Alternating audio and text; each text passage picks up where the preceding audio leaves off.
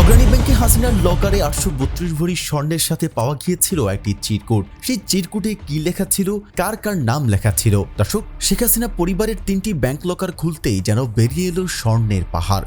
বাংলাদেশের রাজনৈতিক ইতিহাসে কোনো সাবেক প্রধানমন্ত্রীর নামে এমন ভয়ঙ্কর পরিমাণ সম্পদ উদ্ধারের নজির নেই বললেই চলে। রাষ্ট্র পরিচালনা করা এক পরিবারের লকার খোলার মুহূর্তে যে দৃশ্য সামনে এসেছে তা যেন কোনো রাজকীয় ভাণ্ডারের দরজা শত শত বছর পর হঠাৎ খুলে যাওয়ার মতো। অগণিত গহনা, সোনার শোপিস, সোনার নৌকা, সোনার হরিণ, অলংকারে ভর্তি প্যাকেট আর রহস্যময় হাতের লেখা চিরকুট, যেখানে উল্লেখ আছে শেখ হাসিনা, শেখ রেহানা, সজীব ওয়াজেদ জয়, সাইমা ওয়াজেদ পুতুল ও ববের নাম। পুরো অপারেশনটি যেন শুধু লকার খোলা নয়, যেন এক যুগ ধরে জমে থাকা অন্ধকার সম্পদের সাম্রাজ্যের দেয়াল ভেঙে ভেতরের নগ্ন বাস্তবতা দেখার মুহূর্ত। দুদক জানায় মোট উদ্ধার হয়েছে 9 কেজি 707 গ্রাম, অর্থাৎ 832 ভরি স্বর্ণ। এই পরিমাণ স্বর্ণ কোনো সাধারণ পারিবারিক সঞ্চয় নয়, এজন্য রাষ্ট্রীয় ক্ষমতার ছায়ায় তৈরি এক গোপন স্বর্ণ পর্বত। একসময় দেশের প্রধানমন্ত্রী ছিলেন যার পরিবার, সেই পরিবারের লকারেই যখন এই পরিমাণ সম্পদ পাওয়া যায়, তখন সেটি শুধু চাঞ্চল্যকর নয়, এটি দেশের জনগণের প্রতি অবমাননা, সরাসরি আস্থার ওপর আঘাত। প্রশ্ন উঠছে, এই স্বর্ণ এলো কোথা থেকে, কার টাকায়, কোন উৎসে, আর কেন এত বছর ধরে এই তথ্য গোপন ছিল? দুদকের মহাপরিচালক মোহাম্মদ আক্তার হোসেন ব্রিফিংয়ে স্বর্ণ উদ্ধার সংক্রান্ত তথ্য পড়ে শোনাতে শুরু করলে সাংবাদিকদের সারিতে নেমে আসে স্তব্ধ নীরবতা। কারণ সবাই বুঝতে পারছিল এ কেবল স্বর্ণ উদ্ধার নয়, এটি বাংলাদেশের রাজনৈতিক অভিজাত দুর্নীতির নগ্ন, অচেনা ও ভয়াবহ মুখ। দুদকের তদন্তে বেরিয়ে আসে 3টি গুরুত্বপূর্ণ তথ্য।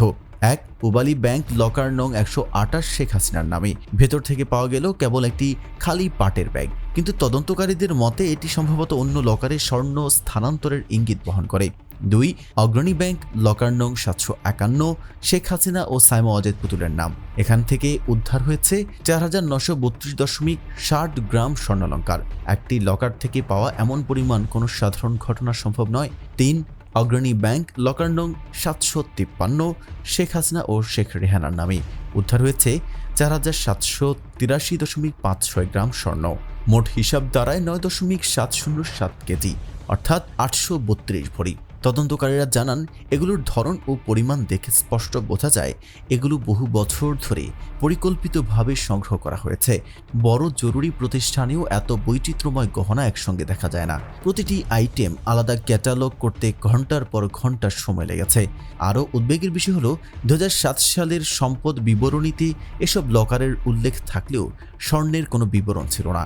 তাই দুদক বলছে এটি কেবল সম্পদের পুনর্যাচাই নয়, সম্ভবত বাংলাদেশের রাজনৈতিক ইতিহাসের সবচেয়ে বড় দুর্নীতির তদন্তের দরজা খুলে গেল। পরবর্তী ধাপে বিশেষজ্ঞ স্বর্ণকাররা প্রতিটি অলংকারের মান, বিশুদ্ধতা ও বাজার মূল্য নির্ধারণ করেছেন।